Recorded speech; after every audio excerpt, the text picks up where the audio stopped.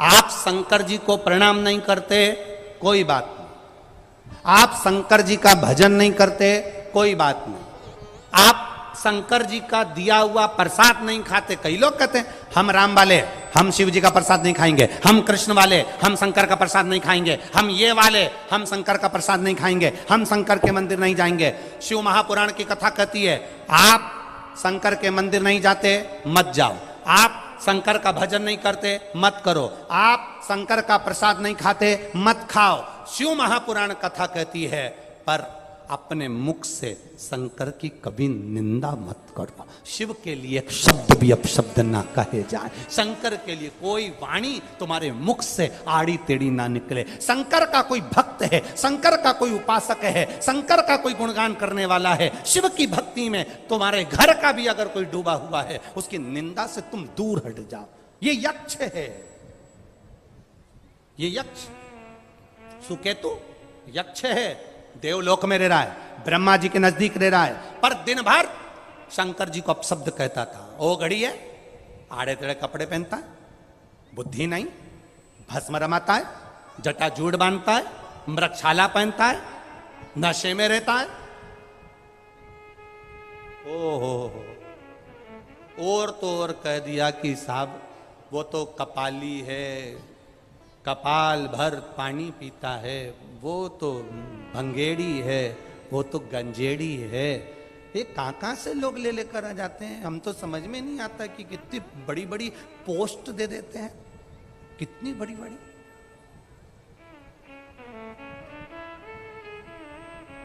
मेरा आप सबसे निवेदन है, तुम्हारे घर के लोग भी अगर कहीं शंकर की अगर निंदा करें ना, तो उधर से उठ के चले जाना। या तो सटीक जवाब देना, या तो बिल्कुल पक्का जवाब दो, नहीं तो उठकर निकल जाओ वहां से। हम नहीं दे रहे ना जवाब, चलो यहां से। शिव निंदा नहीं सुनेंगे। नारद जी ने शंकर जी की निंदा करी थी, भगवान विष्णु के पास जाकर कह दिया था। भगवान नारायण के पास जाकर कहा मैंने कामदेव को जीता है। शंकर भगवान तो कामदेव को भी नहीं जीत पाए। इतनी सी निंदा केवल देव ऋषि नारद ने करी थी, और देव ऋषि नारद को बंदर का मुंह लगा था। देव ऋषि नारद तो निंदा कर कर चले गए, पर भगवान विष्णु की आंख में से आंसू बहने लगे। मेरा नारायण रो रहा है, मेरे भगवान विष्णु रो रहे। लक्ष्मी जी ने पूछा तुम रो क्यों रहे हो, क्या गया तुम्हें, किस लिए रो रहे हो तुम रो क्यों रहे हो। भगवान विष्णु ने कहा देव ऋषि नारद तो निंदा कर कर चले गए, पर निंदा मैंने सुनी है। निंदा करने वाले से ज्यादा पाप, बोलो बोलो जम के, निंदा सुनने वाले को लगता है। मैंने शंकर जी की निंदा सुन ली है, मेरी दशा बिगड़ जाएगी। क्या दशा बिगड़ जाएगी। लक्ष्मी जी कह रही हैं तुम नारायण हो, क्या तुम्हारी दशा बिगड़ेगी। भगवान कह रहे हैं शंकर की निंदा सुनने वाला और करने वाला ये दोनों पशु की अवस्था ले लेते। ओहो, आप नारायण, आपको पशु का मुख लगेगा, हो ही नहीं सकता। और हुआ। लक्ष्मी जी ने ही भगवान विष्णु को श्राप दिया कि तुम घोड़े जैसे हंसे हो तो तुम्हें घोड़े का मुंह लगेगा, क्योंकि इसी कान से तुमने निंदा सुनी थी, तो घोड़े जैसे कान तुम्हारे लगना चाहिए। श्राप लगा भगवान विष्णु को। हयग्रीव अवतार हुआ भगवान विष्णु का, घोड़े का मुंह लगकर। केवल एक शंकर भगवान की निंदा सुन ली तो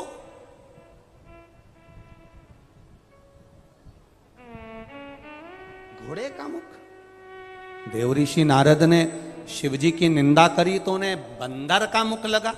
अब यहां सुकेतु यक्ष शंकर भगवान की निंदा कर रहा है, तो पृथ्वी पर गया और पृथ्वी पर जाकर इसने यक्ष था, राक्षस की योनि पाली, तप करा, ब्रह्मा जी से वर मांगा, मेरे घर संतान नहीं। ब्रह्मा जी ने कहा कैसी संतान चाहिए, एक संतान दे दो, चाहे बेटा हो चाहे बेटी हो, पर बड़ी वीर हो, बड़ी प्रबल हो, बहुत बल हो उसमें, 10,000 हाथी का बल हो उसमें।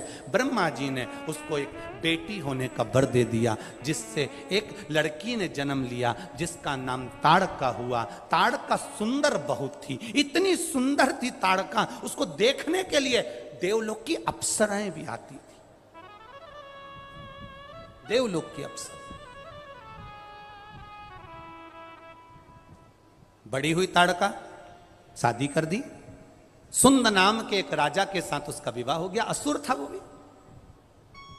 ताड़का की शादी जब सुंद नाम के असुर के साथ में हो गई, उसके घर में 2 बेटों ने जन्म ले लिया, सुबाहु और मारीच। मारीच खेल रहे थे, खेलते खेलते अगस्त बाबा के आश्रम में चले गए। अगस्त ऋषि के आश्रम में पेड़ों को तोड़ा, सामानों को तोड़ा और सब कुछ नष्ट करने लगे। अगस्त ऋषि को क्रोध आ गया, इतना चंचल है, इतना क्रोधी है, मैं तुझे श्राप देता हूं, तू राक्षस हो जैसी हरकत कर रहा है, सुंदर है, कुरूप हो जा। कुरूप कर दिया। मालूम पड़ा ताड़का को, मेरे बेटे को अगस्त बाबा ने श्राप दिया है। ताड़का अगस्त ऋषि के आश्रम में पहुंच गई, बड़ी सुंदर थी ताड़का। जाकर क्रोध करा। अगस्त बाबा ने कह दिया, ताड़का तू मेरे सामने आकर चिल्ला चोट कर रही है, क्रोध कर रही है, मैं तुझे श्राप देता हूं कि तू सुंदर है, तेरी काया खराब होगी और भयंकर तेरा विकराल रूप होगा। ताड़का फिर भयंकर भयंकर विकराल हो गई। उसके पति को मालूम पड़ा कि मेरी पत्नी को अगस्त ऋषि ने श्राप दे दिया। अगस्त बाबा ने उसके पति को जलाकर भस्म कर दिया। ताड़का को क्रोध आ गया। क्रोध में आकर ताड़का बस अपने पुत्र का, अपने पति का बदला लेने के लिए राक्षस भाव में आकर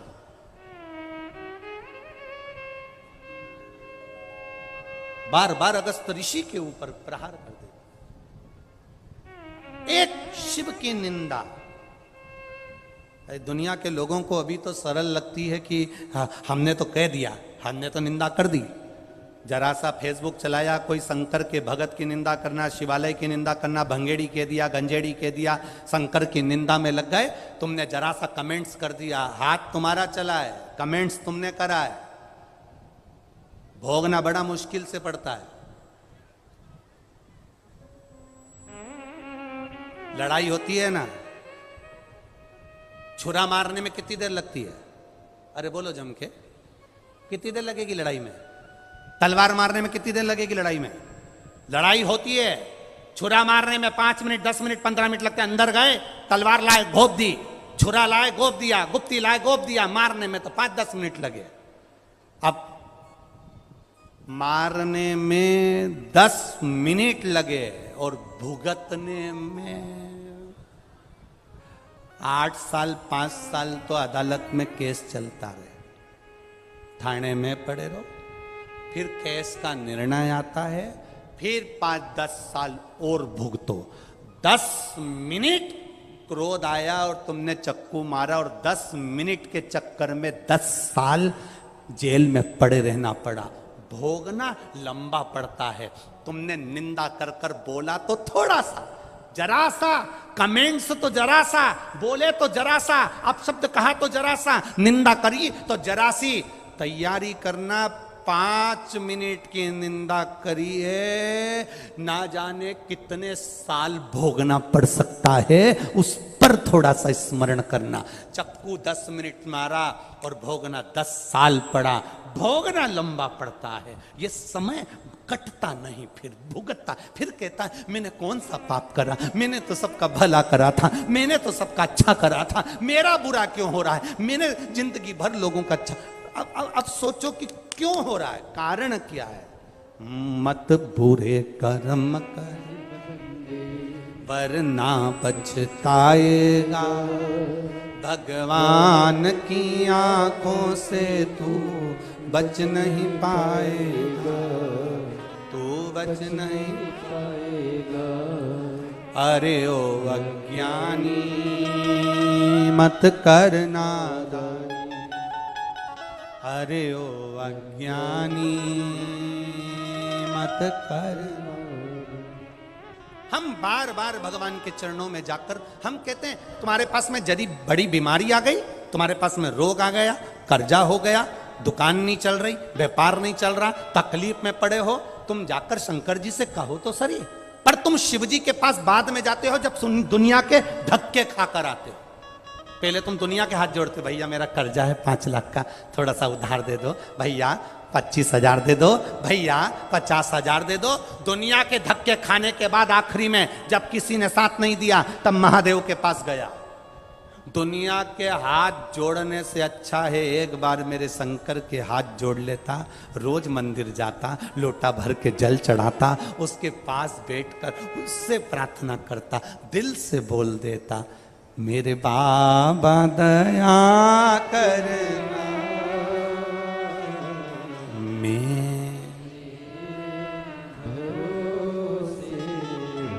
एक पत्र आया,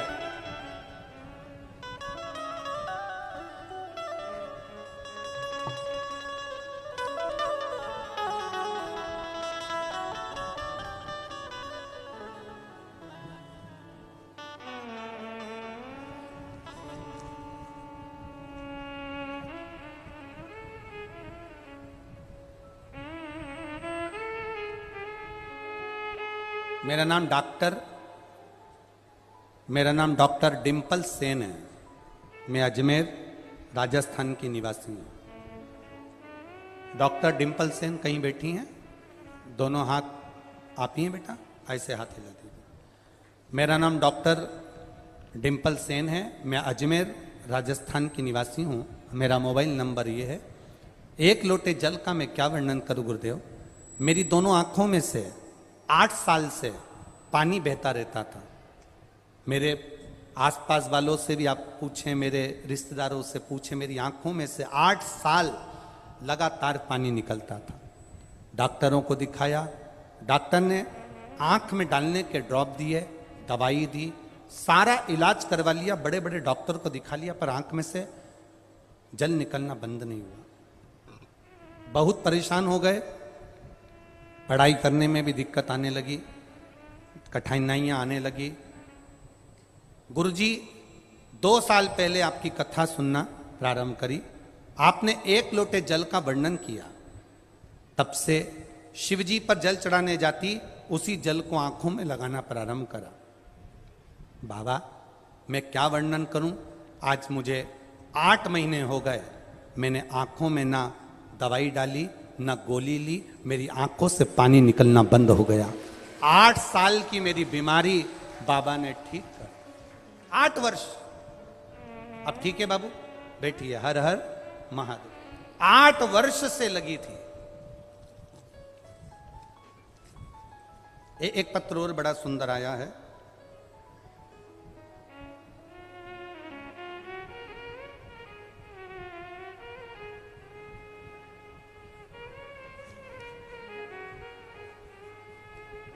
इंदिरा सेन सुभाष नगर अजमेर से आई हैं।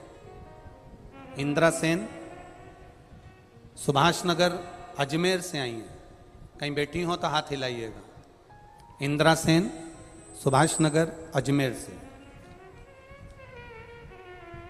बाबा 3-4 साल से मुझे सोराइसिस की बीमारी हो गई थी। मेरे शरीर में से फुकड़ियां निकलती थी, खाल निकलती थी, पूरे शरीर में से खाल निकलती। डॉक्टर चेंज करे, डॉक्टरों को दिखाया पर आराम नहीं लगा।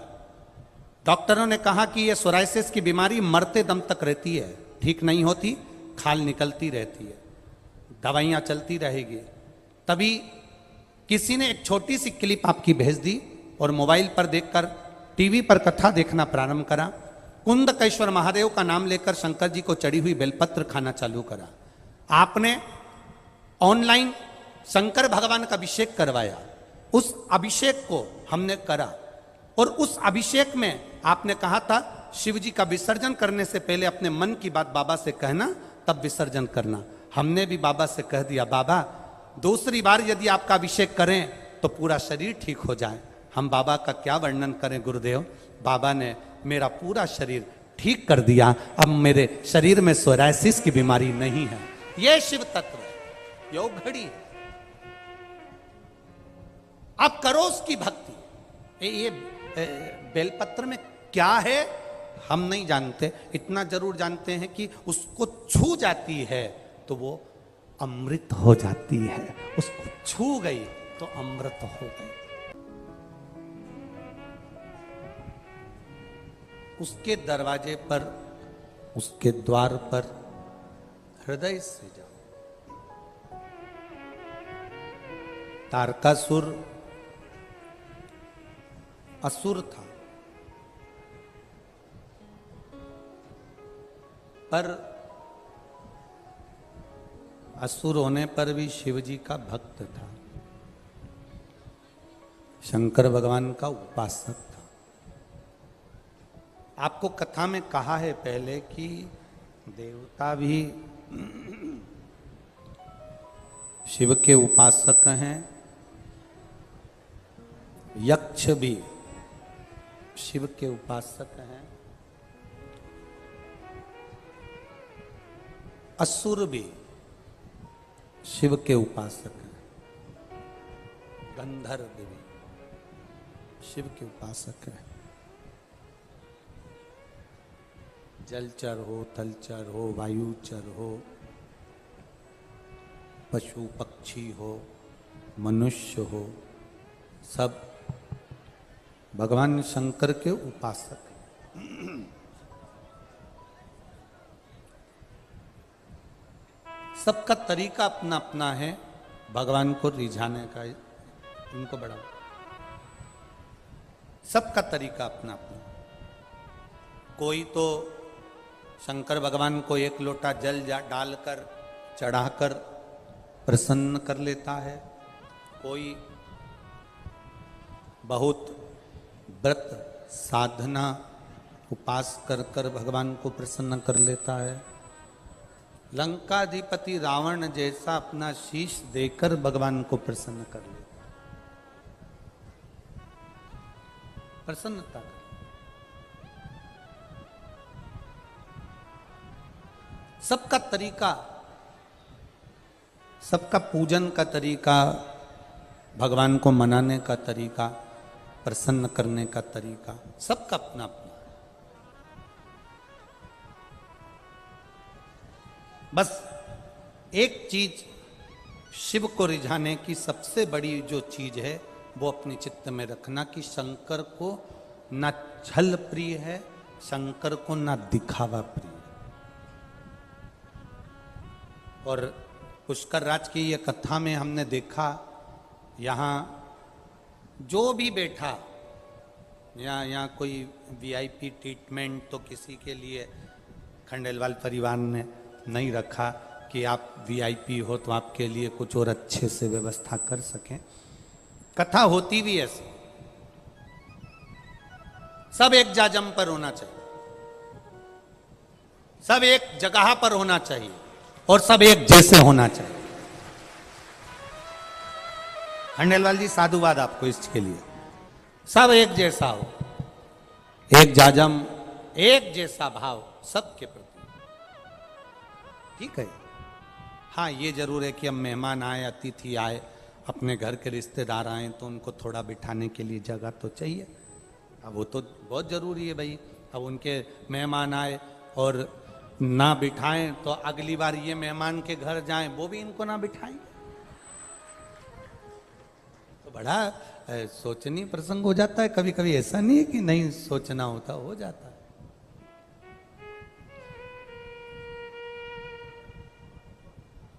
अभी परम पूज्य गुरु जी अनंत श्री विभूषित जगत गुरु श्री निम्बाकाचार्य जी, पीठाधीश्वर श्री श्याम शरण देवाचार्य जी महाराज जी, श्री जी महाराज जी के यहाँ पर हमारा जाना हुआ। वहाँ सरकार से मिलना हुआ। अब जब उनसे मिलना हुआ तो वहाँ पहुँचे, मिले तो बड़ा, वास्तव में संत क्या होते हैं, साधु क्या होते हैं, गुरुजन क्या होते हैं, ये स्वामी जी को देखकर महसूस होता है।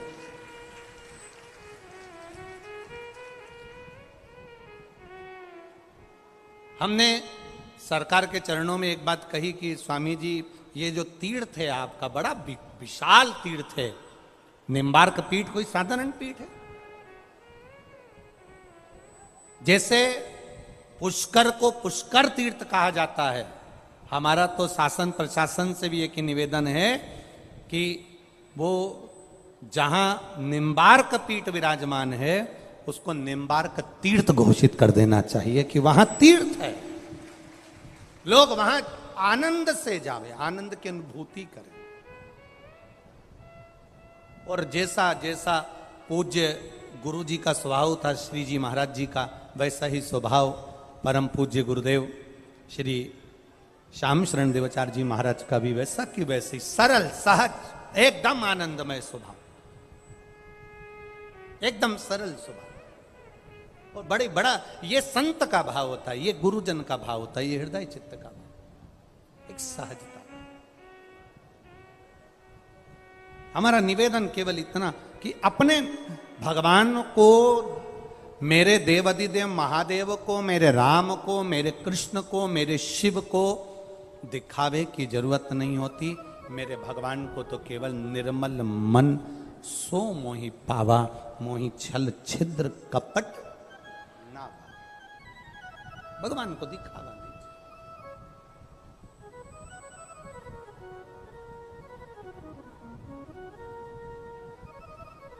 आप जाओ शंकर के शिवालय में, तारकासुर भगवान शंकर के शिवालय में जाता था, तारकासुर भगवान शंकर को रिझाता था।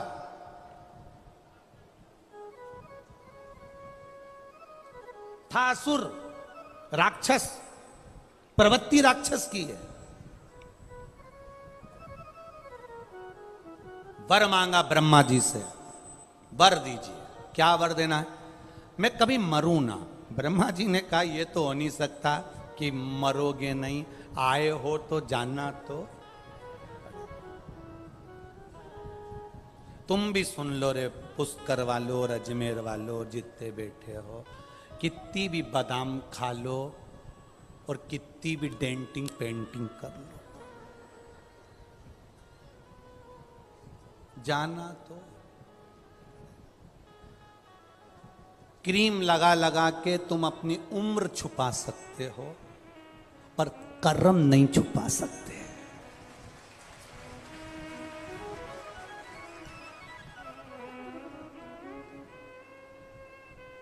और जाएगा जिस कुछ भी ना पास होगा, 2 गज कफन का टुकड़ा तेरा लिबास होगा। कुछ नहीं जाएगा। कई लोग कहते हैं सियोर वाला महाराज तो इतना सारा सोना मोना पहन के बैठता है, तो क्या छोरे के लिए छोड़ के जाऊं? उन्होंने हमको कितना पहना दिया जो हम उनको छोड़ के जाएं?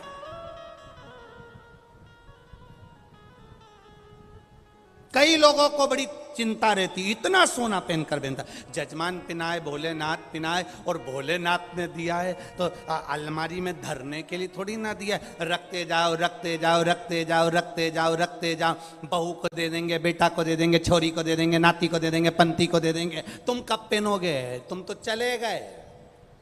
और प्लास्टिक के फूल की माला चढ़ जाएगी बाद में, और वो भी 4-5 साल उतरने वाली नहीं है, जब पूरी काली नहीं पड़ जाए जब तक। अच्छा भोजन मिल रहा है, पेट भर कर खाओ।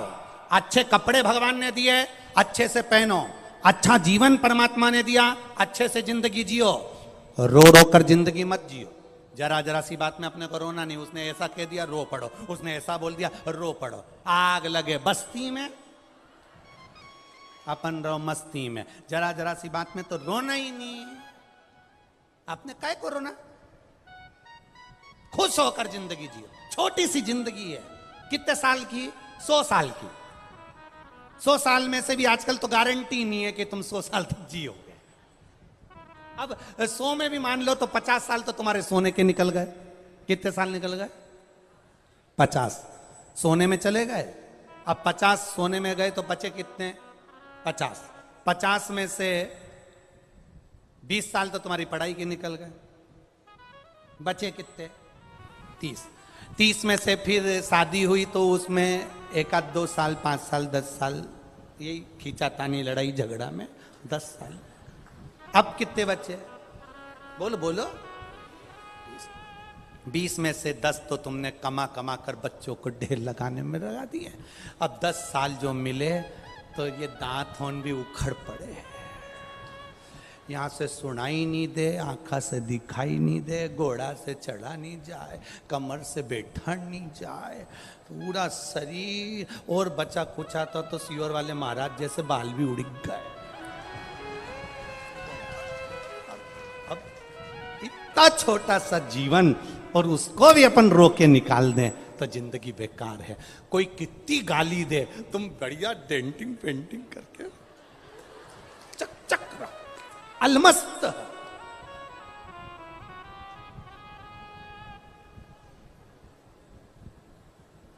अभी मालपुआ खाओ, रबड़ी खाओ, जो तुम्हारे शरीर को सूट करे वो भोजन करो, क्योंकि बाद में ये भोजन नहीं मिलेगा।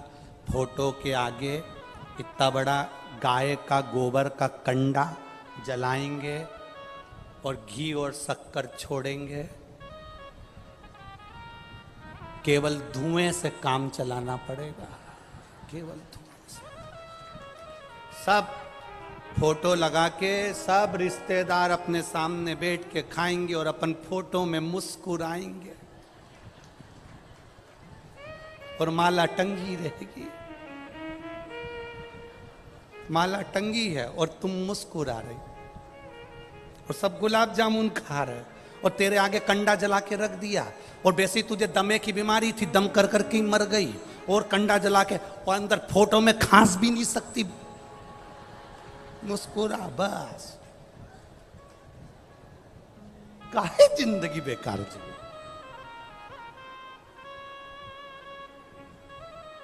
अरे मिलती है शिव नाम की दौलत कभी कभी, होती है अपने पुष्कर में शिव पुराण कभी कभी। काया को पाके तुम कभी अभिमान ना करो, काया को पाके तुम कभी अभिमान ना करो। अरे माटी में मिल जाती है काया कभी कभी, होती है अपने पुष्कर में शिव पुराण कभी कभी। बेटों को पाके तुम कभी अभिमान ना करो, बेटों को पाके तुम कभी अभिमान ना करो। बन जाते हैं पड़ोसी बेटा कभी कभी, होती है अपने पुष्कर में शिव पुराण कभी कभी। बेटी को पाके तुम कभी अभिमान ना करो, बेटी को पाके तुम कभी अभिमान ना करो। ले जाते हैं जमाई भी बेटी कभी कभी, होती है अपने पुष्कर में शिव पुराण कभी कभी। ये बहुत मुश्किल से मिली, भाग्य जग गए। ए अजमेर वालों, पुष्कर वालों, भाग्य जग गए तो भंडार भर कर ये शिव महापुराण की कथा मेरे शंकर ने पुष्कर की झोली में दे दी है। हमारा भाग्य जग गए।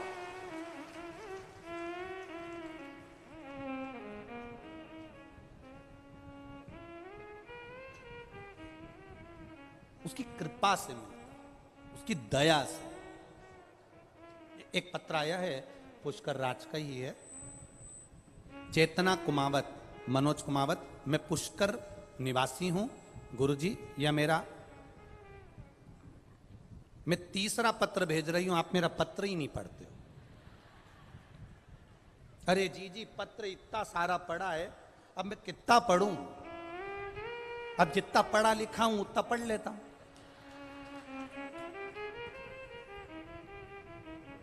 आज मेरा तीसरा पत्र है और नी पढ़े ना तो सौगंध है तुम्हें।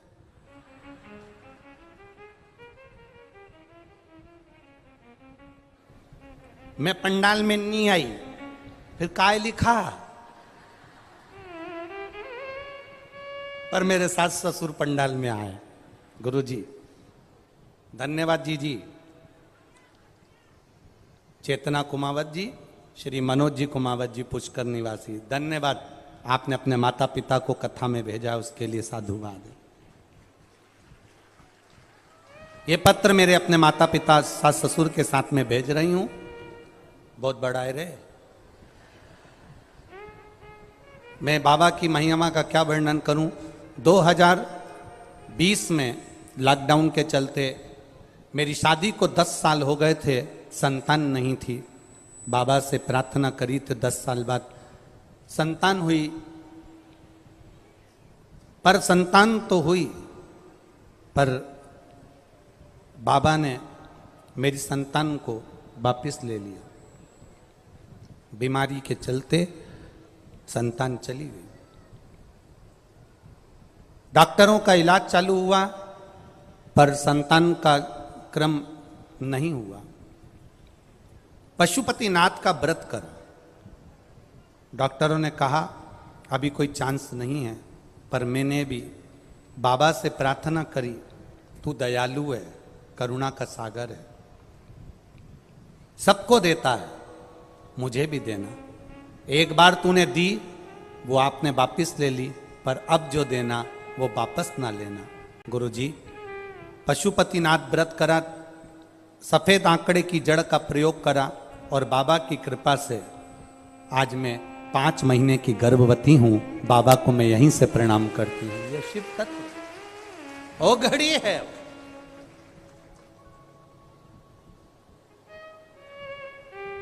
ये ओघड़ी है, वो साधारण नहीं है। मेरा शंभु, मेरा त्रिकालदर्शी, कैलाशी, अविनाशी। तारकासुर क्रोधित हुआ, उसने वर मांगा कि मैं मरूं ना। ब्रह्मा जी ने कहा मरना तो पड़ेगा, चाहे तुम कुछ भी करो, मृत्यु तो निश्चित है।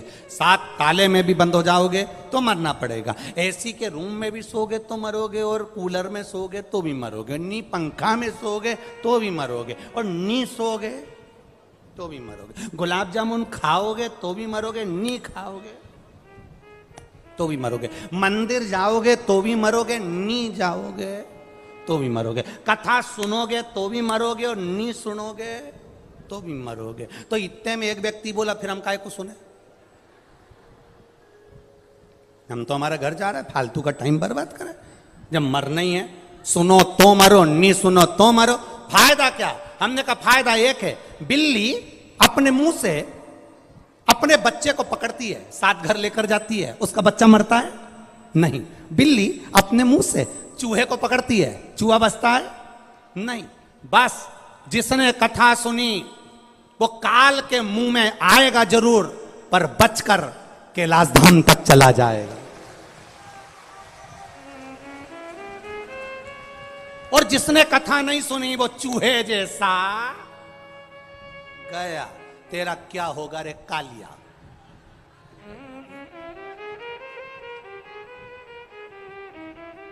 इसलिए मान मेरा कहना, नहीं तो पछताएगा, और माटी का खिलौना माटी में मिल जाएगा।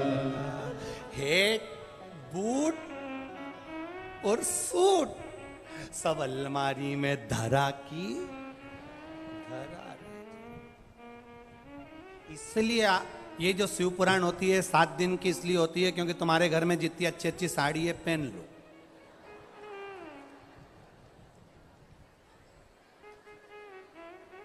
पहनो, अच्छी अच्छी अच्छी पहनो ना। कई बार अलमारी खोलो तो साड़ी भी घड़ी बनी बनाई साड़ी नीचे गिरती है, क्योंकि साड़ी भी कहती है कब पहनेगी, पहनो।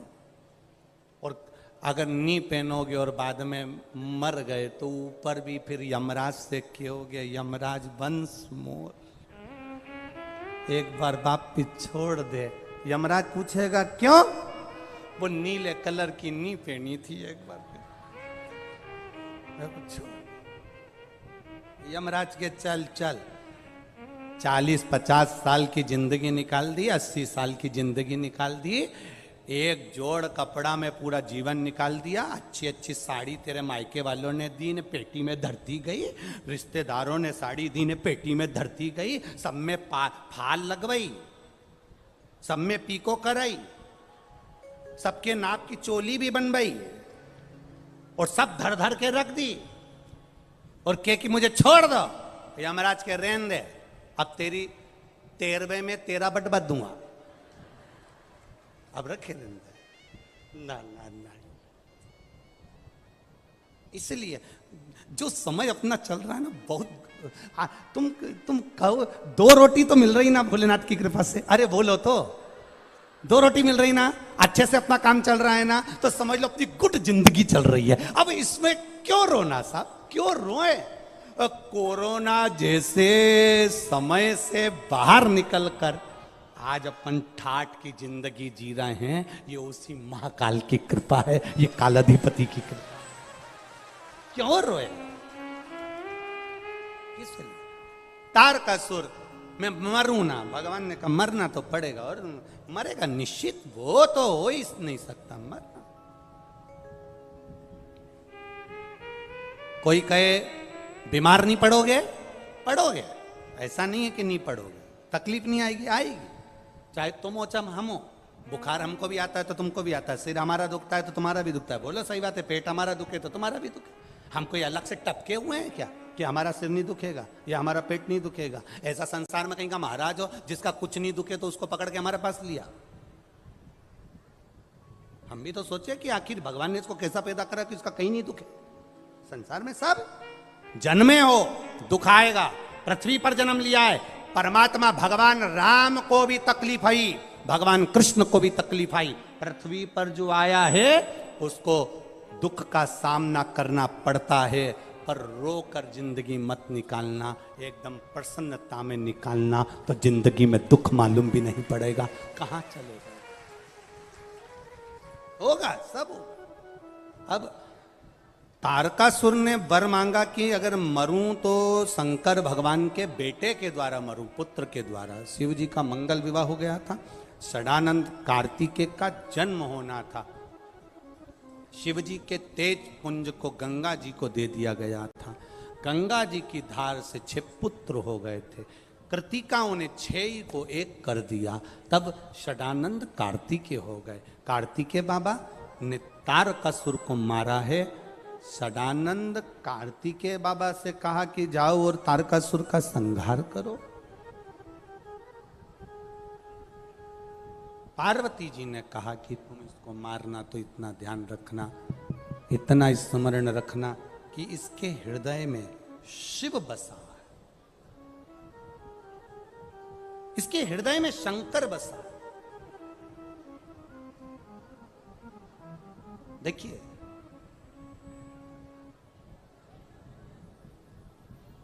आप जब शंकर भगवान की आराधना ऑनलाइन शिव जी का अभिषेक करवाया था, 2 साल से करवा रहे हैं, सावन की शिवरात्रि पर। आप लोगों ने करा, किस किस ने करा था, सबने करा, रखो। बाबा से जो मांगा बाबा ने दिया कि नहीं दिया, दोनों हाथ उठाकर बोलना, दिया ना। थोड़ा देने में देरी कर सकता है, फाइल मोटी हो, पर देता जरूर है।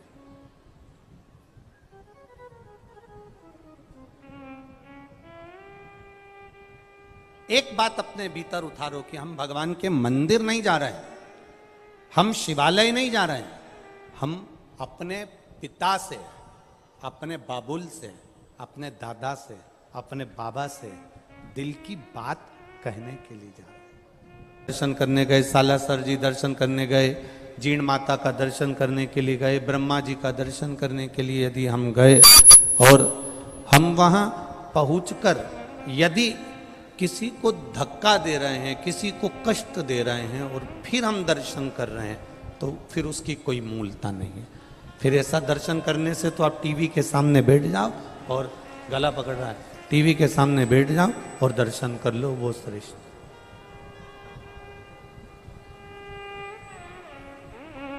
कष्ट देकर दर्शन मूल नहीं है।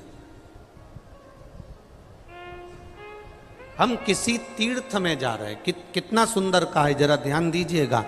गंगा में, सरयू में, सरस्वती में, नर्मदा में, मंदाकिनी में, यमुना में, गोदावरी में, कृष्णा में, ताप्ती में, सरोवर में, कुंड में, बावड़ी में, जब हम किसी पवित्र नदी में, सरोवर में, कुंड में, कुएं में, बावड़ी में स्नान करने के लिए जाते हैं, उस समय पर तुम अकेले नहीं होते, तुम्हारे पूर्वज, तुम्हारे पितर तुम्हारे साथ उस कुंड के घाट पर विराजमान रहते हैं।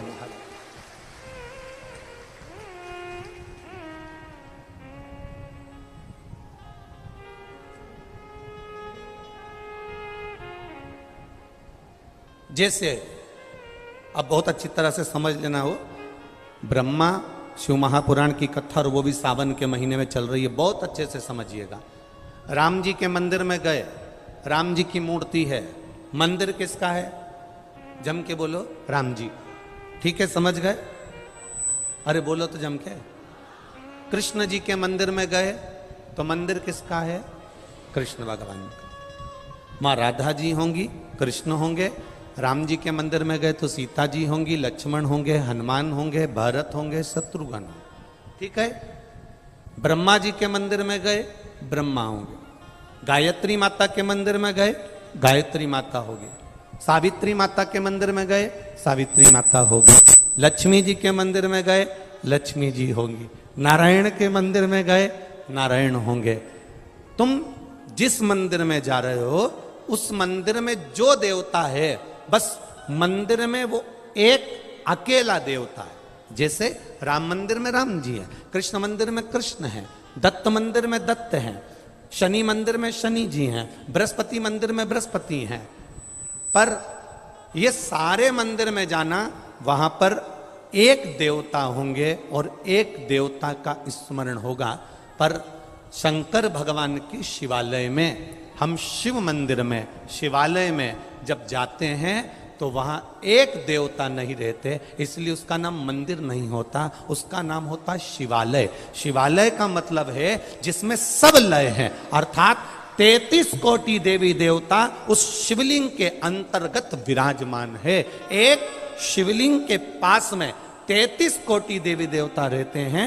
वो केवल अकेला शंकर का मंदिर नहीं होता, वो केवल अकेला पार्वती का मंदिर नहीं होता, वो अकेला केवल गणेश का मंदिर नहीं होता, वो अकेला केवल शिव का मंदिर नहीं होता। राम मंदिर जाएंगे तो राम जी हैं, कृष्ण मंदिर जाएंगे तो कृष्ण। शंकर भगवान का जो शिवालय है, शंकर भगवान का जो शिवालय है, शिव मंदिर है, शंकर भगवान का जो शिवालय है, वहां मंदिर नहीं, वो शिवालय कहलाया है। शिवालय का मतलब है कि वहां मेरा देव अधिदेव महादेव अकेला नहीं बैठा है, वहां मेरा देव अधिदेव महादेव सबके साथ विराजमान है। 33 कोटि देवी देवता वहां विराज, 33 कोटि। अब आप में से कितने लोग हैं जो शंकर जी के मंदिर में जल चढ़ाने जाते हैं? हाथ उठाओ जरा। सभी जाते हो? रखो। अब कोई तुमसे पूछे कि शिव जी के मंदिर में तुम जल चढ़ाने जाती हो, तो आपको कहना चाहिए कि मैं अकेली शंकर भगवान के मंदिर में केवल अकेले शंकर जी को जल चढ़ाने के लिए नहीं जाती हूं। मैं जब जल चढ़ाने के लिए मंदिर पहुंचती हूं, आवाज नहीं आ रही का?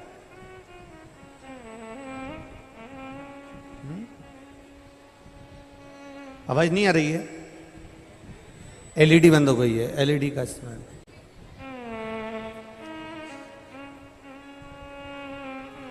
जब शिव मंदिर में हम जाते हैं, जब भगवान देवाधिदेव महादेव के मंदिर में हम जाते हैं, तब कोई तुमसे पूछे कि अकेली शंकर जी के मंदिर में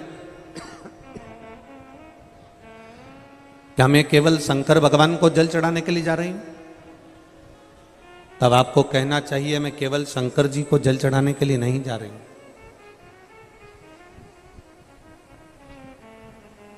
मैं 33 कोटि देवी देवता, जितने भी देवी देवता हैं, जितने भी देवी देव हैं, जितने भी देवता विराजमान हैं, डीले कम कर दे बाबू, डीले कम कर दे। जितने भी देवी देवता हैं, जितने भी देव विराजमान हैं, जितने भी देवियां विराजमान हैं, वो सब शंकर भगवान के शिवालय में जाकर विराजमान, शिव जी के शिवालय में बैठी हुई हैं। मैं अकेली शंकर भगवान को जब जल चढ़ाती हूं, केवल शिव जी पर अकेला जल नहीं चढ़ता है, सारे देवता, सभी देव वहां पर विराजमान रहते हैं। वास्तुदेव भी वहां है, पितृदेव भी वहां है, गरुण देव, वरुण देव, सभी देव वहां पर विराजमान है, सभी देव।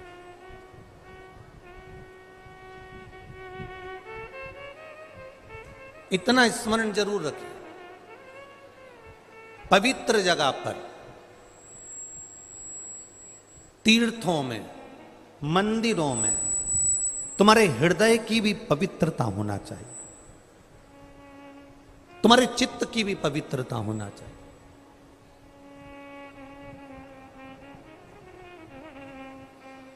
दो तरह के लोग होते हैं मंदिर में, दो तरह के लोग जाते हैं।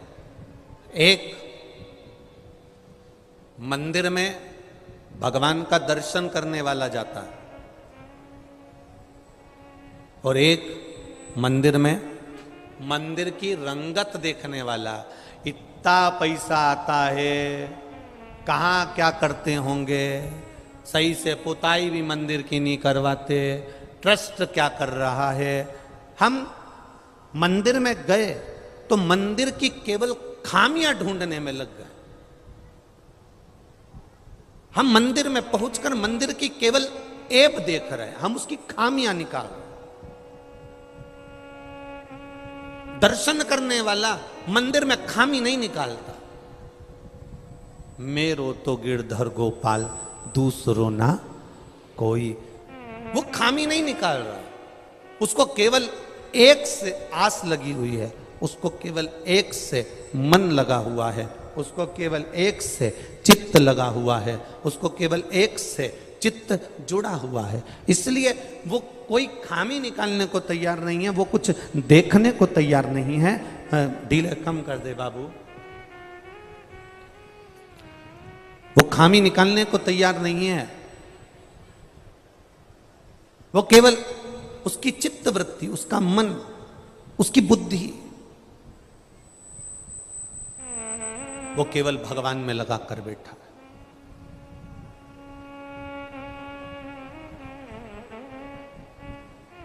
बगुला कितनी ऊपर उड़ रहा है, दृष्टि नदी में, तालाब में, बावड़ी में जो मछली है, उस मछली पर उसकी दृष्टि है।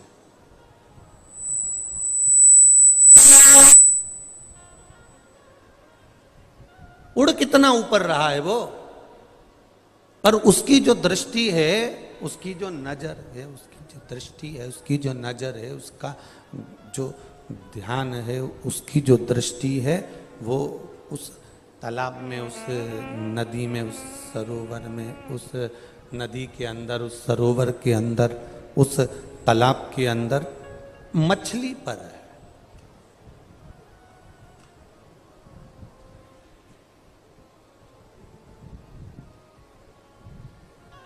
वो मछली पर ध्यान लगाकर बैठा हुआ है। बस मछली दिखी, बगुले ने पकड़ी। उसी तरह एक भक्त, एक शंकर का उपासक, शिव की आराधना करने वाला, राम की आराधना करने वाला, भगवान कृष्ण की आराधना करने वाला, उसकी जो दृष्टि होती है वो परमात्मा की ओर होती है कि बस परमात्मा को कैसे मैं प्राप्त कर लूं, भगवान को अपना कैसे बना लूं। उसकी दृष्टि बस वहां लगी होती है कि परमात्मा को अपना बनाना है तो कैसे बनाना।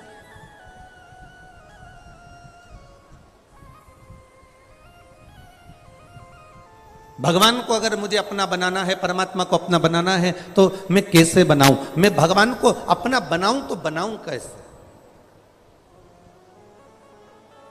तीर्थ जाइए, मंदिर जाइए, देवालय जाइए, शिवालय जाइए, भगवान के दरवाजे पर जाइए, पर अपने हृदय की पवित्रता के साथ जाइए, अपने चित्त की पवित्रता के साथ जाइए, अपनी बुद्धि की पवित्रता के साथ जाइए।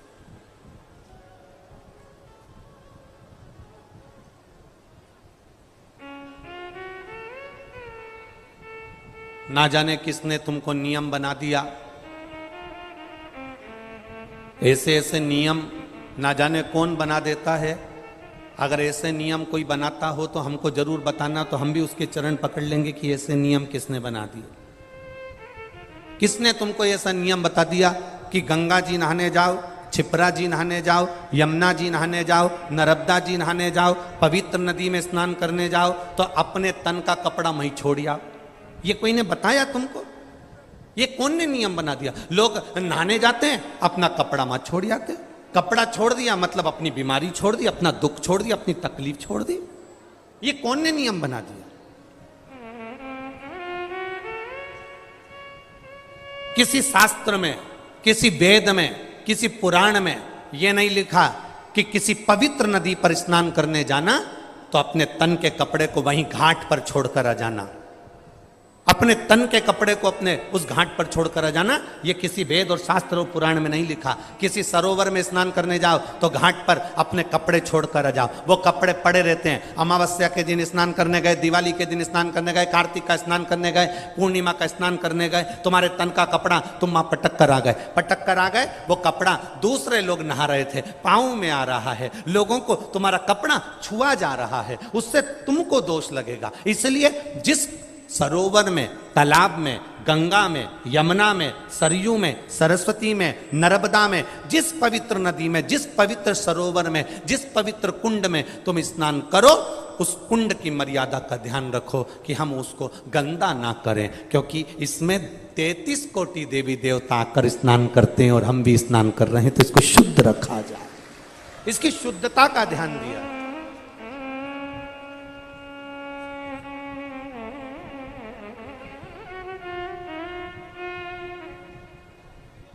ये इतना बड़ा पुष्कर का सरोवर है। वैसे तो अभी हम दर्शन करने गए थे, तब हमने दर्शन किया था, पूरा साफ है, क्लीन है, और बाबा की कृपा से उसमें पानी भी खूब भरा हुआ है।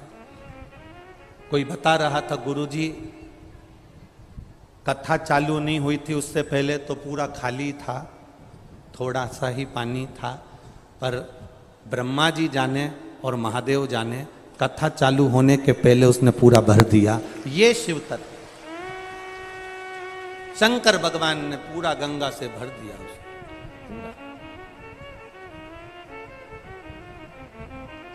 अब हम जब स्नान करने जाएं, पवित्र होना चाहिए हमारा सरोवर, हमारा तालाब, हमारी नदी, हमारे कुंड स्वच्छ रहे।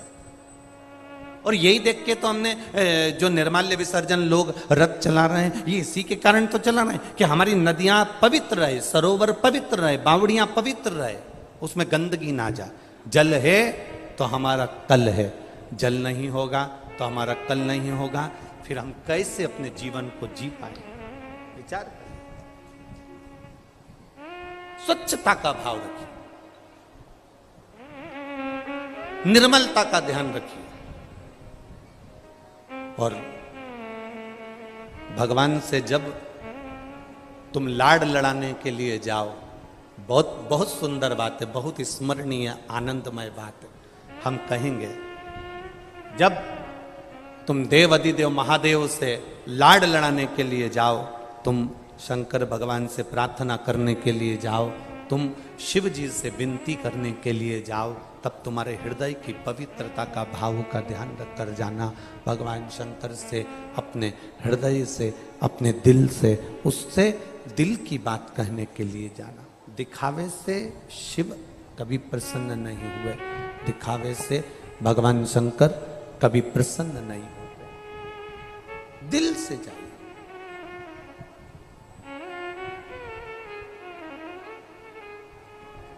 एक बात, अभी चुनाव चालू होने वाले हैं। अरे बोलो तो, लोग चिल्ला चिल्ला के कहेंगे भैया तुम संघर्ष करो। बोलो, हमने तो नहीं बोला, तुमने कितनी जल्दी बोला। हम तुम्हारे साथ। फिर कोई ने चिल्लाया भैया तुम संघर्ष करो, हम तुम्हारे साथ हैं। अब लोगों को बुरा लग सकता है हमारी बात से, लग जाए तो लग जाए। दूसरी बार मत बुलाना कथा करने, उसमें कोई टेंशन वाला विषय नहीं।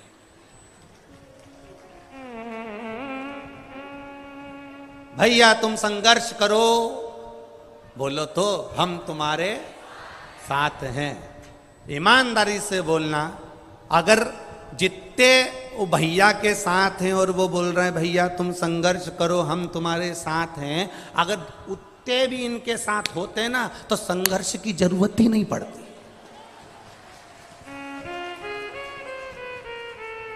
संघर्ष की जरूरत कब पड़ती है? जब साथ वाला भी साथ नहीं देता, तब संघर्ष की जरूरत पड़ती है। अब जो कह रहे हैं भैया तुम संघर्ष करो हम तुम्हारे साथ हैं, अब ईमानदारी से बोला जाए तो ये जो चिल्ला रहे हैं हम तुम्हारे साथ हैं, अगर इतने भी साथ होते और दिल से साथ होते तो ऐसा कोई युद्ध नहीं जो जीत करना आ जाते। बस संघर्ष तब होता है जब अपने साथ छोड़ देते हैं। संघर्ष जब होता है जब अपना साथ छोड़ देता है। संघर्ष के समय पर लोग कहते हैं भैया तुम संघर्ष करो हम तुम्हारे साथ हैं। अगर मालूम पड़े अबे भैया के ऊपर थोड़ा सा तकलीफ आ जाए तो जितने साथ हैं सब अपने कमरे से बाहर नहीं निकलेंगे, फिर भैया अकेले लटक रहे।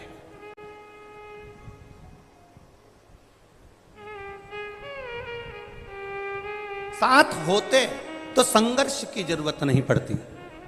साथ होते तो संघर्ष की जरूरत पड़ती ही नहीं। साथ नहीं है ना, इसलिए संघर्ष की जरूरत नहीं।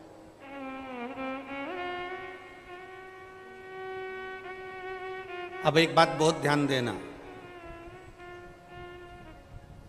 सत्ता, वैभव, लक्ष्मी, धन, प्रतिष्ठा, नाम, इज्जत, शोहरत पाने के लिए संघर्ष करना पड़ता है, पर भगवान का चरण पाने के लिए कोई संघर्ष की जरूरत नहीं। उसके चरणों में पहुंच जाओ, वो प्राप्त हो जाता है। नाम कमाने के लिए संघर्ष करना पड़ेगा, वैभव कमाने के लिए संघर्ष करना पड़ेगा, सत्ता कमाने के लिए संघर्ष करना पड़ेगा, सब कुछ करने के लिए संघर्ष करना पड़ेगा। पर एक बार जो भगवान का हो गया, एक बार जो परमात्मा का हो गया, एक बार जो महादेव का हो गया, जो भगवान के मंदिर में परमात्मा के चरणारविंद में जिसने जाना चालू कर दिया, उसको संघर्ष की जरूरत नहीं पड़ती है। जब मेरा महादेव हाथ पकड़ता है तो कीचड़ में से भी निकाल कर ऊपर कर देता है। वो देव अधिदेव महा पकड़ कर बाहर कर देता। एक पत्र आया, देखिए।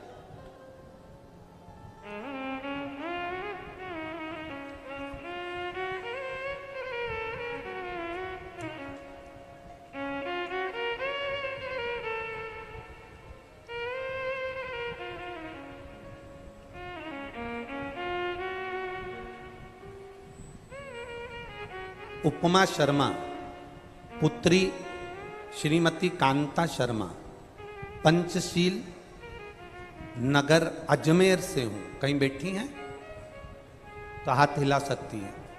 कहीं बैठी हो?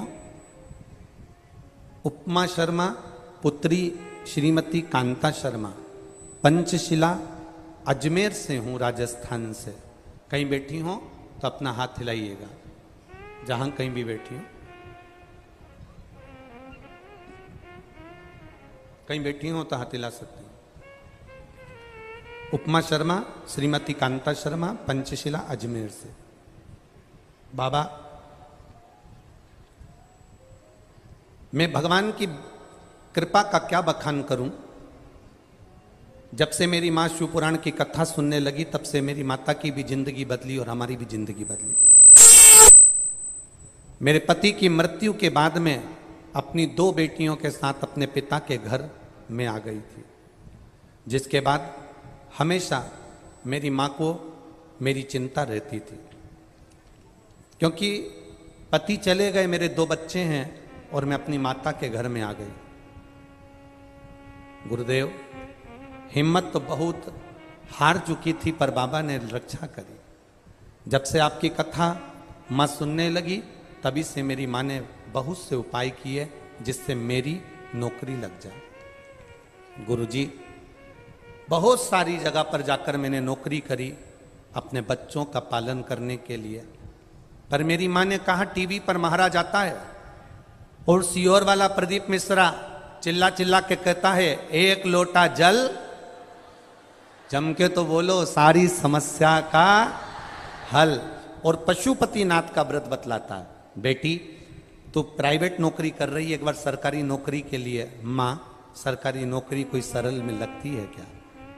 पशुपति व्रत कर ले। मेरी मां ने, मैंने पशुपतिनाथ का व्रत करना प्रारंभ करा और गुरुदेव बाबा की कृपा से आज मैं सरकारी टीचर की पोस्ट पर हूं। मैं बाबा को यहां प्रणाम करने के लिए। शिव भक्ति इसी को कहते हैं।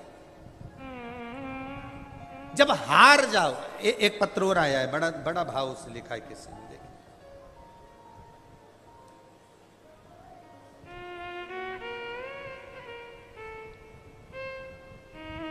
रतन देवी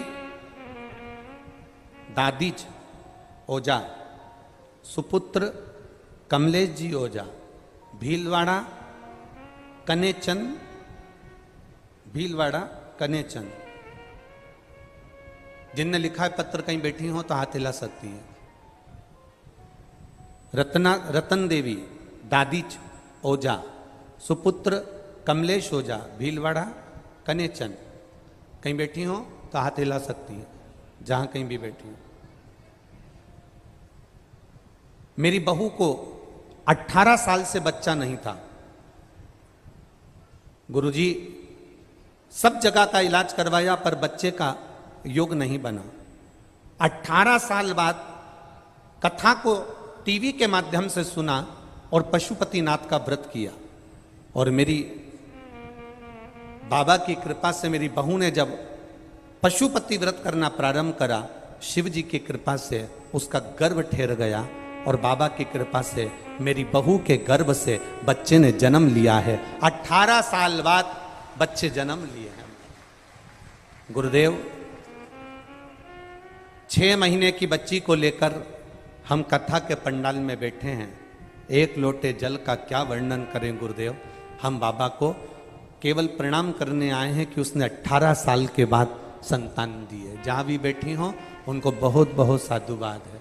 जहां बैठी साधुता दिख गई क्या? बच्चा है साथ में है?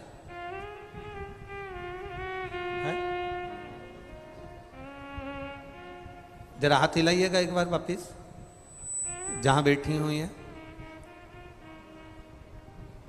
हाँ ठीक है, दिख गया दिख गया, ठीक है दिख गया। खाली न जाता कोई तर से तुम्हारे, मैं भी खड़ी हूँ नन्ही बाहें साए, अपने हृदय से लगा लो जा रही हो, उठा लो। ये प्रभु की कृपा होती है। आपका विश्वास समाप्त नहीं होना चाहिए, आपका भरोसा टूटना नहीं चाहिए।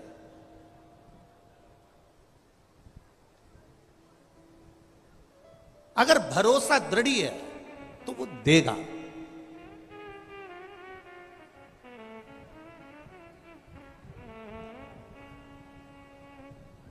देखो, ब्रह्मा जी के दरवाजे की द्वारपाल,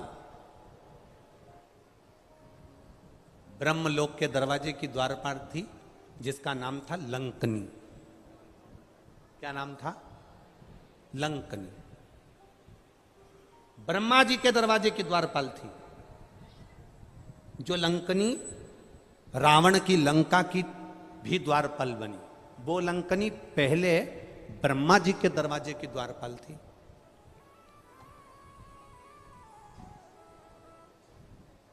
अब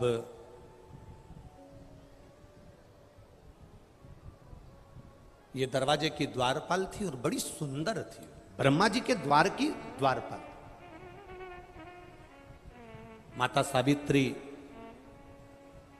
माता सरस्वती, माता गायत्री, माता लक्ष्मी, माता पार्वती, मां इंद्राणी, मां अरुंधति, इन सबकी वो बड़ी प्रिय थी। प्रियता से मतलब ये होता है कि जब जब पार्वती जी माता सरस्वती से मिलने जाती थी, या सावित्री से मिलने जाती थी, या गायत्री से मिलने जाती थी, तो सबसे पहले दरवाजे पर ये लंकनी मिलती थी और ये बहुत आदर करती थी, बहुत सम्मान देती थी।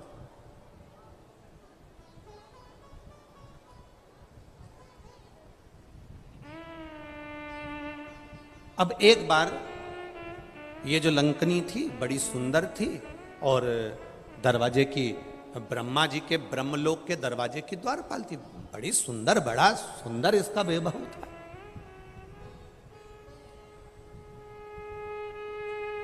अब हुआ क्या, एक दिन दरवाजे पर लंकनी खड़ी थी और ब्रह्मा जी ने लंकनी को आवाज लगाया कि दरवाजे के द्वार बंद कर दीजिए। लंकनी का स्मरण नहीं हो पाया, क्योंकि लंकनी भगवान नारायण के स्मरण में लगी हुई थी और शिव भक्ति का एक मन में, चित्त में उसके भाव जागृत हो रहा था।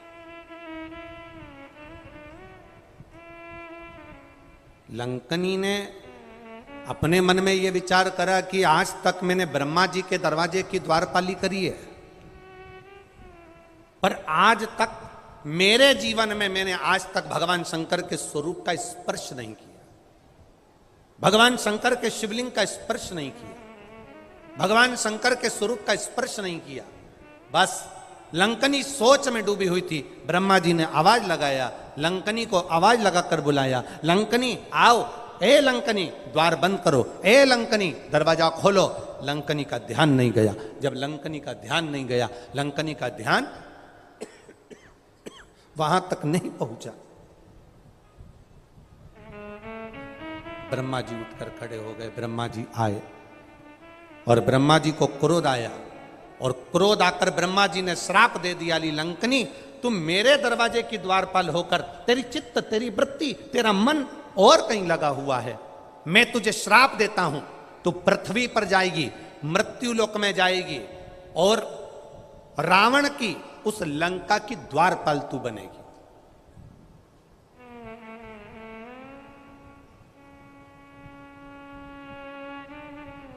हम पहले भी एक बात कहे, आज फिर कह रहे हैं, कथा में आए हो ना तो मन कथा में लगा लो, मंदिर गए हो ना मन मंदिर लगा लो, पति से बात करो ना मन पति की बात में लगा लो, पत्नी से बात करो ना मन पत्नी की बात में लगा लो, बेटे से बात करो ना मन बेटे में लगा लो, बेटा माँ से बात करे ना मन माँ में लगा लो, आप अपनी बहन से बात करो तो मन लगा कर करो, दिल से पति से बात करोगे तो पति प्रसन्न होगा दिल से। पत्नी से आप फोन लेकर आप पत्नी से बात कर रहे हो और पत्नी का मन कोई काम में लगा है, रसोई घर में लगा है, सिलाई में लगा है, बुनाई में लगा है। कई माताएं कथा सुनने के लिए आती हैं, साथ में झोला लाती हैं, इतनी सारी रुई लेकर आती हैं, कपास लेकर आती हैं, बैठ जाती हैं धीरे धीरे।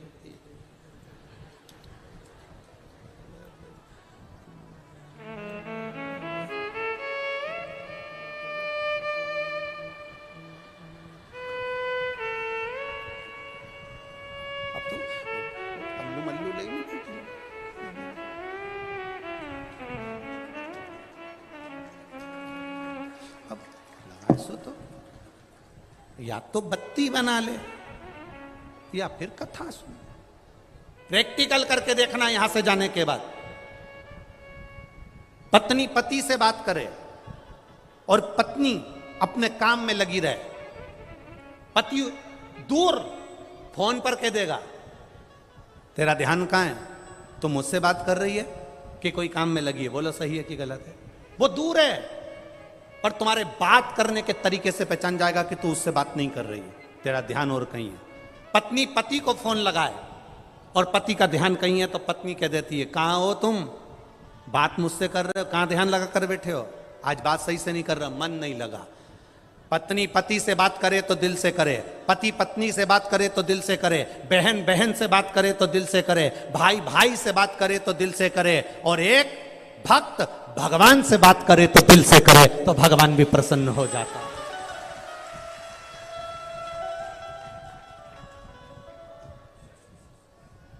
अब दिल दूसरी जगह मत लगाओ। मंदिर गए हो ना तो मंदिर में तुम्हारा ध्यान होना चाहिए, शिवालय गए हो ना शिवालय में तुम्हारा ध्यान होना चाहिए। मैं भगवान को कैसे रिझाऊं, मैं भगवान को कैसे रिझाऊं,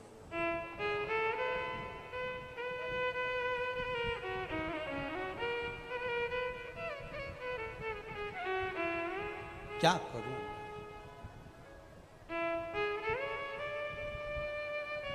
मैं भगवान को रिझाऊं तो रिझाऊं कैसे। अब चित्त तुम्हारा दूसरी जगह, लंकनी का चित्त दूसरी जगह।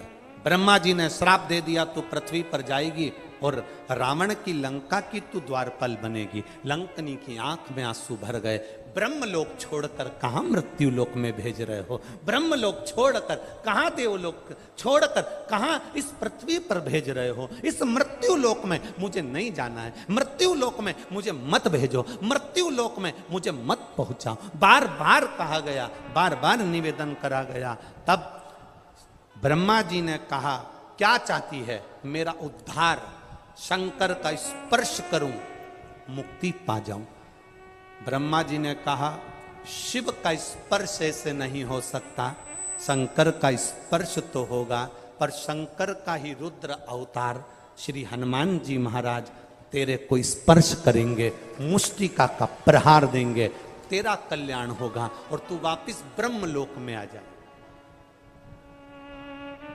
वापिस ब्रह्मलोक में।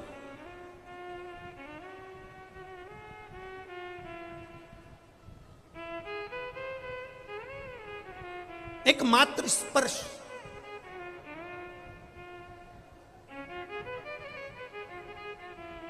खाली ना जाता कोई दर से तुम्हारे, खाली ना जाता कोई दर से तुम्हारे, मैं भी खड़ी हूँ नन्ही बाहें पसारे, अपने हृदय से लगा लो, लगा लो, गिरी जा रही हूँ उठा लो। मात्र स्पर्श, स्पर्श का फल क्या है, ये पत्र में आया, देखिए स्पर्श का फल क्या होता है।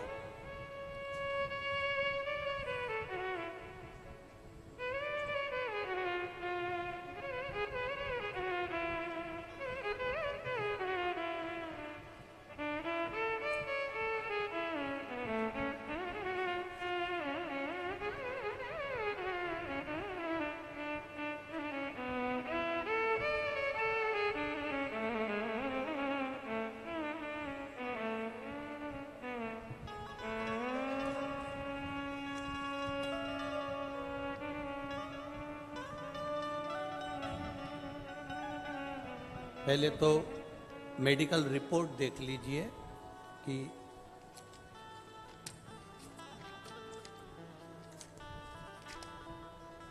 कम से कम 80 से 100 पेज की मेडिकल रिपोर्ट है जिसने लगाई है।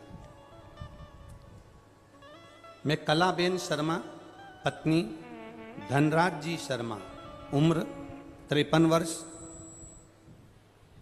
छनेरा गुजरात से यहाँ पहुँची हूँ। अपने भाई और भाभी के साथ आई हूँ। एक लोटे जल का वर्णन करना चाहती हूँ। आप ही हैं?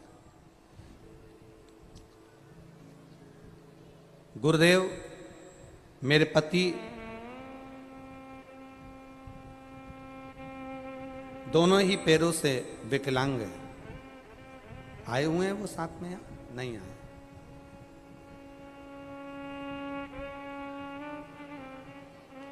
आठ वर्ष की थी तब मेरा भी रोड एक्सीडेंट हो गया था। बाएं पैर में पूरा तरह से मेरा भी क्षतिग्रस्त है। बाएं पैर के ऊपर का रक्त छूट चढ़ गया था। देवादिदेव महादेव की कृपा से मैं ठीक हूँ। मेरे शरीर के नीचे का भाग 9 ऑपरेशन के बाद भी मेरा पैर फोल्ड नहीं हुआ। गुरुदेव, मैं आज भी दोनों पैर लंबे करके यहाँ करके ही बैठ पाती हूँ। एक्सीडेंट वाले पैर में आज भी घाव भरे नहीं हैं।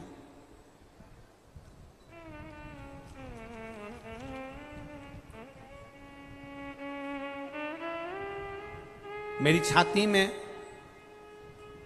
वर्ष 2014 में कैंसर का योग बना दिया।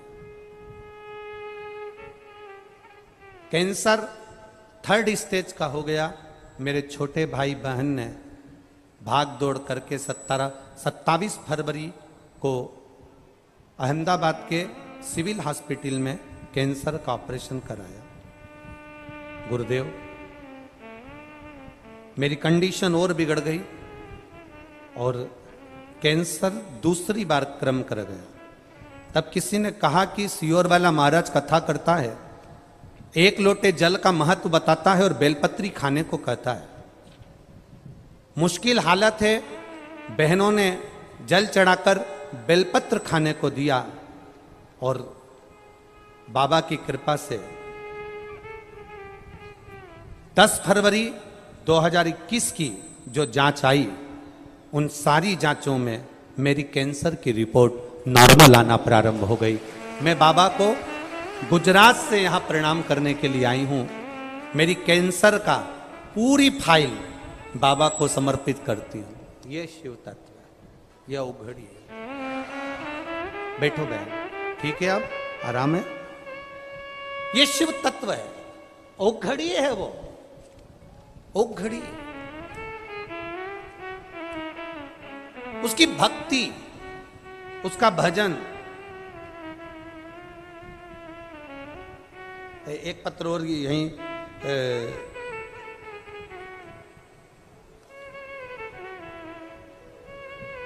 राजे खोजा, जयपुर डाबला, जयपुर डाबला मोबाइल नंबर उनका लिखा है। कहीं बैठे हैं ये जिन्होंने पत्र लिखा है? राजेश है कि राकेश है? खौजा, जयपुर डबला, मोबाइल नंबर लिखा है उन्होंने अपना। मैं राजेंद्र खोजा, गांव रामपुरा, डाबला, पीसागन का निवासी हूं। कहीं बैठे हैं क्या? कहीं बैठे हैं? अच्छा, इधर है। हर हर महादेव। गुरुदेव, बाबा की महिमा का क्या बखान करूं। 7-8 महीने पहले मेरी जीभ में एक गांठ हो गई थी। उसके चक्कर में बीकानेर गया था, जांच कराई तो कैंसर आया। मेरे छोटे छोटे 2 बच्चे हैं, माता पिता नहीं हैं। खूब रोया। मेरे बच्चों का क्या होगा। दिल पर पत्थर रखकर मैंने जैसे तैसे ऑपरेशन करवा लिया। लेकिन गुरुदेव, 3 महीने बाद वापिस जीभ में कैंसर आ गया। दूसरी साइड में गांठ पड़ गई, कैंसर फिर आ गया। अब मुझे लगने लगा कि अब मेरा जाने का समय आ गया है। क्या करूं मैं? जयपुर गया, वहां पर बताया तो उन्होंने कहा कि जीभ में वापिस कैंसर है। बहुत मिन्नत करी, क्या करूं मैं, फिर ऑपरेशन, बच्चे छोटे। किसी ने कहा सियोर वाला महाराज कथा करता है, आस्था चैनल पर आती है, सुनना चालू करो।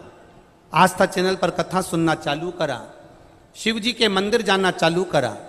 पहले नहीं जाता था, एक लोटा जल चढ़ाना प्रारंभ करा और बाबा दूसरी बार जांच कराने फिर जयपुर गया।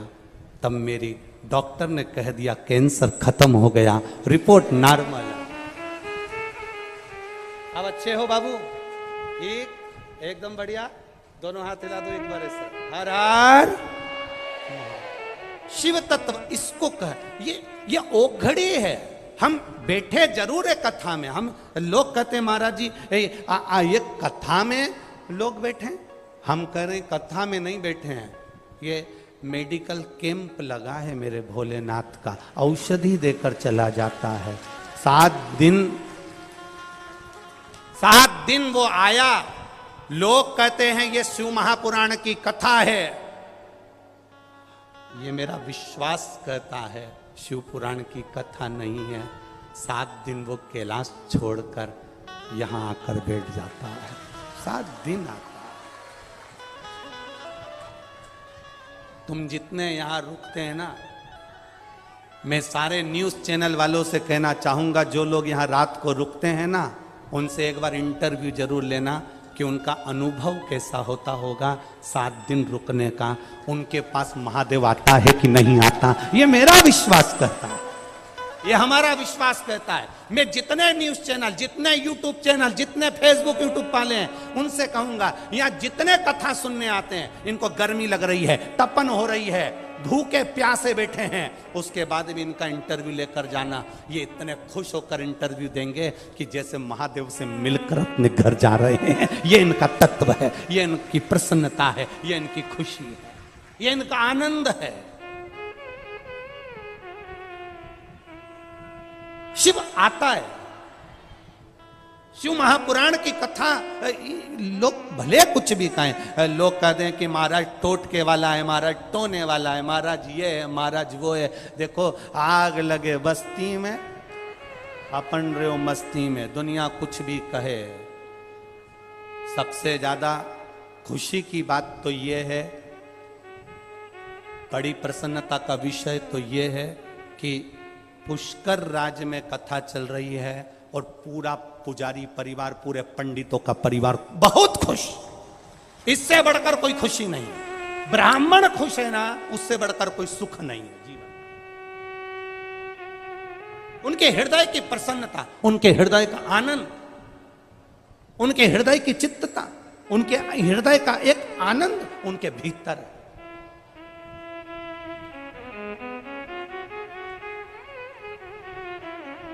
और मेरा विश्वास कहता है ये केवल पुष्कर के ब्राह्मण जन ही नहीं, पुष्कर का बच्चा बच्चा भी आज प्रसन्नता में है कि मेरा भोलेनाथ की कथा हमारे पुष्कर में हो रही है। इससे बढ़कर प्रसन्नता क्या है? क्या प्रसन्नता? हम तो साधुवाद देंगे खंडेलवाल जी को, हम साधुवाद देंगे एक खंडेलवाल परिवार को, श्री कैलाश जी खंडेलवाल, श्रीमती चंद्रकांता जी खंडेलवाल जी को, उनके पुत्रों को, उनकी बेटियों को, उनके पोता पोती नाती पंतियों को, कि धन्यता है, साधुता है आपको, जो आपने शिव तत्व को पुष्कर तक लेकर आए। हां, थोड़ा व्यवस्था करने में थोड़ी कठिनाई जरूर आती है, और मैं यहां की पुष्कर की प्रशासन को भी धन्यवाद दूंगा। कलेक्टर हो, एसपी हो, एसडीएम हो, टीआई हो, जितने प्रशासन व्यवस्था लगी है, चाहे वो मेडिकल से जुड़ी हो, नगर निगम से जुड़ी हो, नगर पालिका से जुड़ी हो, चाहे वो किस तरह से जुड़ी हो, पूरों को धन्यवाद। एक एक चप्पे चप्पे पर पुलिस प्रशासन को तैनात कर कर रखा है, जैसे पुष्कर के मेले में तैनात रहती है, वैसी व्यवस्था इन्होंने इस कथा में कर कर रखी। 2000 पुलिसकर्मी इस पूरी कथा को चारों तरफ से संभाल रहे हैं। ये शिव तत्व है महाराज, ये प्रशासन को साधुता है, ये शिव तत्व है।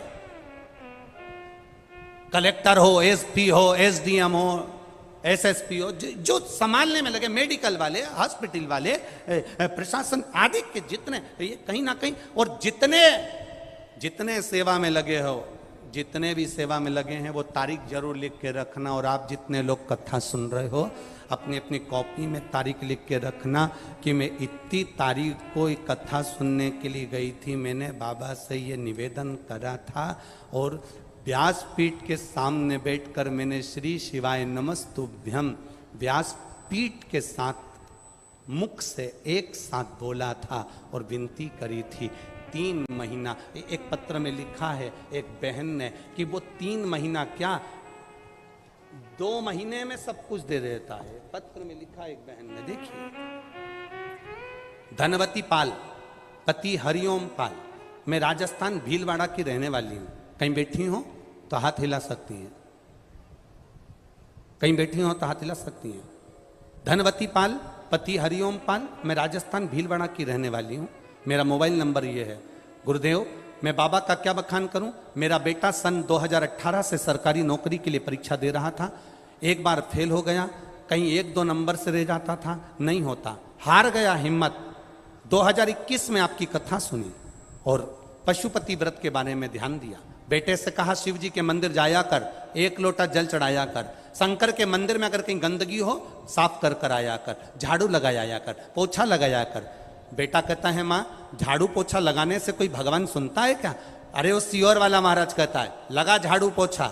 मेरे बेटे ने शंकर के मंदिर में जाकर झाड़ू पोछा करना प्रारंभ करा। 12 मई 2023 को हम सीहोर पहुंचे और बाबा से विनती करके एक कंकर सीहोर का उठा कर लिया है। बाबा से विनय करी।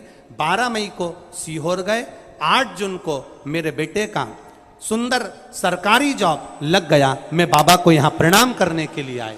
ये शिव तत्व है, ये घड़ी है, ये त्रिकालदर्शी है, ये कैलाश है।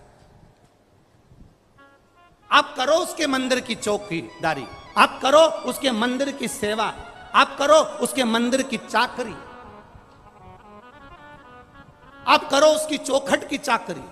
ये छोटे बच्चे, कोई टॉफी दे रहा है, कोई पानी की बोतल दे रहा है, कोई बिस्कुट दे रहा है, कोई आपको खिचड़ी दे रहा है, कोई पोहा दे रहा है, कोई हलवा दे रहा है। मैं फिर निवेदन करूंगा, आपसे दूर नहीं हूं। अभी ये कथा करने के बाद अलवर में कथा है 12 तारीख को, 11 तारीख को विराम होगी यहां कथा, और 12 से 18 तक वहां चलेगी। मेरा विश्वास कहता है 3 महीना तो बहुत दूर है।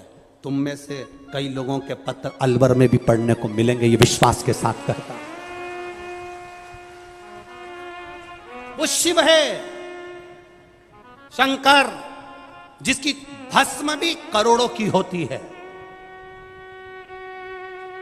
मुर्दे को जलाकर आते हैं तो नहाते हैं, मुर्दे को जलाकर आते हैं तो राख लग जाए शरीर में तो नहाते हैं, पर मेरे महादेव को मुर्दे की भस्म भी चढ़कर करोड़ों की कीमत की हो जाती है। वो शंकर है, वो घड़ी है, त्रिकालदर्शी, कैलाशी, अविनाशी है। सहज नहीं शिव, उसको पहचानना कठिन है। बस तुकाराम जी थे तो लोगों ने उनको भी बहुत अपशब्द बोला, रामकृष्ण परमहंस थे तो लोगों ने उनको भी अपशब्द बोला, नामदेव जी थे तो लोगों ने उनको भी अपशब्द बोला, मीराबाई थी तो लोगों ने उनको अपशब्द बोला। तो ये तो दुनिया की रीति है, वो दिन रात हमको भी अपशब्द कहते रहेंगे। पर भगवान की भक्ति में मेरे भोलेनाथ, तेरी सेवा में कमी मत आने देना, तेरे स्मरण में कमी मत आने देना, तेरी भक्ति में कमी मत आने देना। उसकी भक्ति करते रहना। तुमको भी कहेंगे रोज रोज मंदिर जाओ, लोग कहेंगे सियोर वाले महाराज की चेली आ गई। जल चढ़ाने जाओ, लोग कहेंगे सियोर वाले महाराज की चेली आ गई। ना ना, शिव के स्मरण में लगना सिखा है। हम शंकर की उपासना में लगे।